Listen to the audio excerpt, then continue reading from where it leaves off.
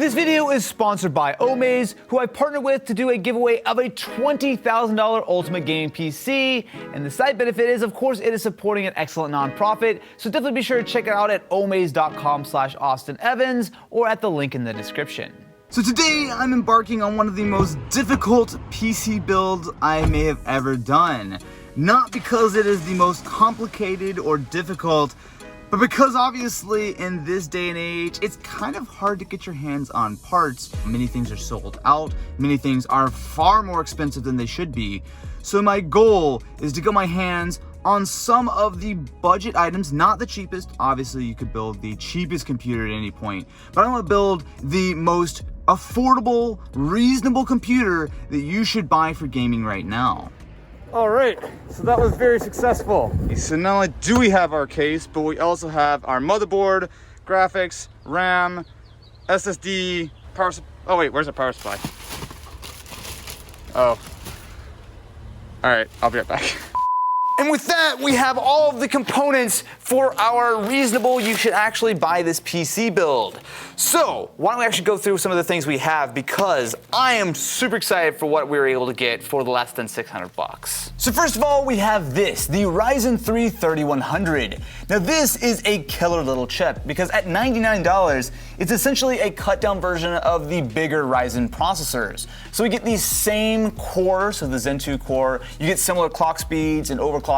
The main difference is, while this might only be a quad core chip, it's still more powerful than like a Core i7 7700K, which was almost $400 just a couple of years ago. This is going to be a serious budget processor. But that's only the beginning. I'm not gonna break it. It's only the beginning of what we have. Next, we have the Asus Prime B450MA. So this is a B450 chipset, very standard for Ryzen builds, specifically on the slightly lower end.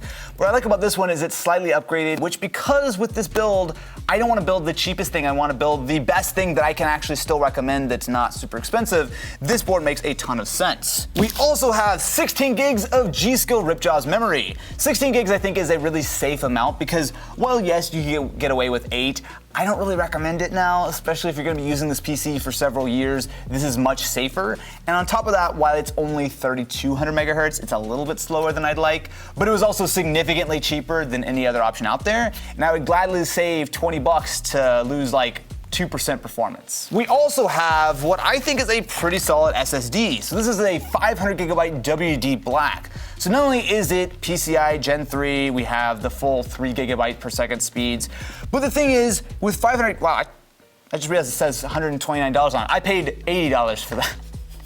So obviously it's seen a discount since it first went on sale. 500 gigs should be plenty of space. You obviously can sort of expand it later, but you're not gonna feel super cramped with a smaller SSD. You're getting the exact same super fast performance as a higher end gaming PC, and the WD Black drive is quite well regarded pretty much across the board, and it's now significantly cheaper than it used to be. And then we have the GTX 1650 Super. Now at $165, this might not be the most powerful or exciting graphics card in the world, but it is still going to be enough for 1080p gaming on medium to high settings, and importantly, this does have the NVIDIA NVENC encoder. So if you're planning on doing any kind of, say, streaming, that is going to make a big difference. And because you're able to play games pretty consistently at 1080p 60, at around $580 for this entire build, it's a solid card. Which brings us to the EVGA 500 watt power supply. There's nothing really special here. It is an 80 plus unit, but it's 80 plus white. Really, it's enough, and it will be certainly enough for the system. If you plan on doing major upgrades, you might want a little bit more power or a slightly higher quality supply, but for us, I feel like this is going to be just fine. So with all that being said, I think it's time to actually build our quarantine gaming PC's extravaganza. It's an extravaganza, I just decided that. So we are taking advantage of the Cooler Master Masterbox Q300L, which is a case that we used in some build last year. The thing is, this is fairly cheap. It's only 50 bucks. It looks nice. It's a micro ATX, which means we're gonna save a little bit of desk space. One of the cool things about this case is that we actually have a couple of these Magnetical dust filters.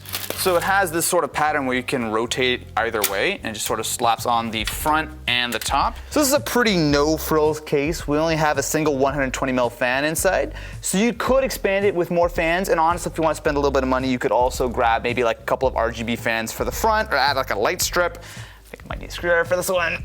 Oh, nope. It's okay, I'll just be a man and do it. So if you can't tell, this is going to be an incredibly chill build, but you know what it is? It's quarantine time. It's time to gather around with your loved ones, find a screwdriver and some friendly PC parts, and enjoy hanging out with Uncle Austin as he builds a $580 gaming computer. To make you uncomfortable, I just called myself Uncle Austin because I'm definitely uncomfortable right now. And of course, if you'd liked a full step-by-step tutorial on how to build a gaming PC, I actually did one very recently. In fact, I actually shot it at the Micro Center store a couple of months ago. So there is a 50% chance I put this bracket on correctly, and a 50% chance it is upside down. Let's see, shall we? I think it's upside down. Super upside down. It's okay. These things happen, it's fine. So one of the only real questions I have here is on the motherboard itself. So we do have a B450 board, it's an ASUS board, it should be fine. Unfortunately, I wasn't able to get my hands on the slightly upgraded version, which has a USB-C port as opposed to taking advantage of VGA, which is something I don't really need. I am very excited to try this Ryzen 3. Zen has really made such huge strides, and the fact that we're able to get a $100 processor that is as powerful or more powerful than like the best gaming chip you could get just a couple years ago is really exciting. Why is this not? Oh, okay. I was about to go throw the chip across the room. So our Ryzen 3 comes with a pretty basic Wraith stealth cooler, but the thing is, this is completely fine for something like the Ryzen 3. It will still easily dissipate all of our heat, and realistically, it's as good as a cooler that you would buy for like 20, 30 bucks anyway. So generally speaking with Ryzen stuff, I actually kind of like using the base coolers, especially on the lower end. Goodbye, little Ryzen. It's nice knowing you. Enjoy your life underneath this cooler. So when it comes to building a Ryzen system, there are a couple of things that matter, and memory is definitely one of them. So you 100% without a question want to rely on dual channel memory. So on top of looking for dual channel, generally speaking, I like to look for something around the 3600 megahertz range, especially with low latency. The problem is though, is that because PC parts are so hard to find right now, a lot of times those kits have gotten really quite expensive. So this was significantly cheaper, and it was only a little bit slower at 3200 megahertz. So yes, technically we're giving up maybe 2 or 3% of sort of maximum performance, but we're also saving like 30 bucks, and I think that's a very easy trade, especially at a computer at this sort of value. And the nice thing is, not only do we have 16 gigs of RAM, but this board also has 4 DIMM slots, which means that we can easily upgrade this to 32 in the future. I don't necessarily think you need to do that, but it's an easy upgrade to do. Next up, of course, we have our WD Black SSD. Now, usually when I'm using SSDs on lower end systems, I go for pretty much the cheapest thing I can get, because pretty much any SSD, or literally any SSD, is gonna be better than like a hard drive. All right, so with our motherboard installed, this is starting to look pretty good, which is where this comes in.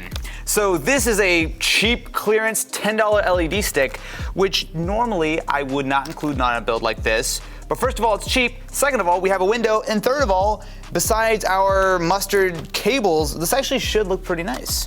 So with the PC complete, I'm actually really happy with how it turned out. Not only does it look nice inside this fairly cheap case, but that single LED strip actually adds a lot to the aesthetic of the system. And of course, with our cable management being decent, considering this is a cheap system, I'm really happy with just the overall look of it. But of course, we're not here just for the look of a $600 gaming PC. Let's see what actually performs. All right, we're in. Oh yeah, no big deal. A solid 200 frames per second right out the gate. So in Csgo, obviously it is not the most demanding game in the world. But what's nice about Csgo is that this is a game that actually does do a good job of showing how important your processor is, right? Because while yeah, pretty much anything can play this at some level, but what we really want to be able to do is play it at something like 100, 150, 200 frames per second. And that's really where the CPU makes a big difference. But when we're getting 200 frames per second, it's not such a big problem. what is a big problem is everyone's really good at Csgo, and I've never been good at Csgo. So this is a good example of why a gaming PC has some real advantages, right? Because with a console, while yes, technically you can get some games with these next generations to play at above 60 frames per second, but on PC, it works just right out of the gate, right? I don't have to do anything. Literally, if I have a monitor which isn't even that expensive, I can jump straight into a very nice looking PC game. I'm just gonna keep dying, aren't I? Okay, well, that's fine. That's fine. I like dying. It's really fun. Oh, by the way, have I not mentioned, I'm also recording the gameplay right now too. So in addition to getting this nice smooth performance, I'm also seeing 200, 215 frames per second while recording. I just got killed by a bot, which is just great. All right, that's what you deserve, my friend.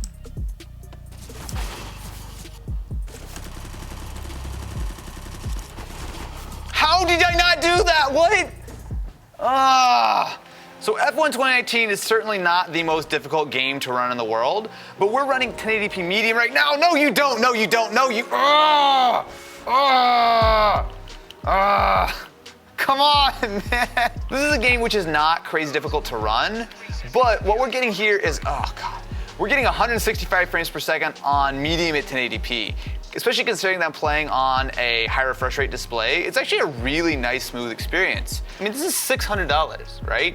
And while, I mean, yeah, I guess you could obviously get higher frame rates, but you have to consider that not only are we getting these 100+ frame per second games at 1080p, but we're doing it all while recording, right? Which would mean that if we were, say, streaming, we would be getting very similar performance. You really don't have a huge sort of bottleneck or penalty by going with something which is so much cheaper. It used to be not that long ago that when you bring out a $500–600 computer, it might be able to play some games at like medium or whatever, but then you're not gonna have enough memory, you're gonna have a slow hard drive. Like you used to have to make a lot of compromises, and that simply really isn't the case anymore. Like this thing is like legitimately really solid. Next up, we have the good old classic of GTA 5. Now here, I'm gonna run it on 1080p at high settings, which I think should give us a little bit of a better sense for how this game is actually going to perform. Because while, yeah, for things like CSGO and F1 and sort of lighter esports titles, you can get 100+ FPS really easily. But GTA 5, while it's a little bit of an older game, can still be pretty taxing. Oh wait, I'm just kidding, this is 115 frames per second. Okay, so 1080p high, not a problem. We're also getting 100 frames per second. I know it's rare that I've been surprised by a computer being better than I thought, but like, I think we can crank things up even farther. Now, with our settings cranked up pretty much to very high and ultra, we're in the 45 frame per second range, which makes sense, right? I mean, this is like fairly taxing. It's an open world game. It's also hitting the CPU. This is a little bit more of a reasonable test. But I mean, I will say, especially if you have a monitor with any kind of adaptive sync, 40 FPS is still not terrible. And if it's me, I'm gonna crank down like MSAA a little bit, and I'm gonna get a nice smooth 60 frames per second. So the next step is to see how well this computer actually streams.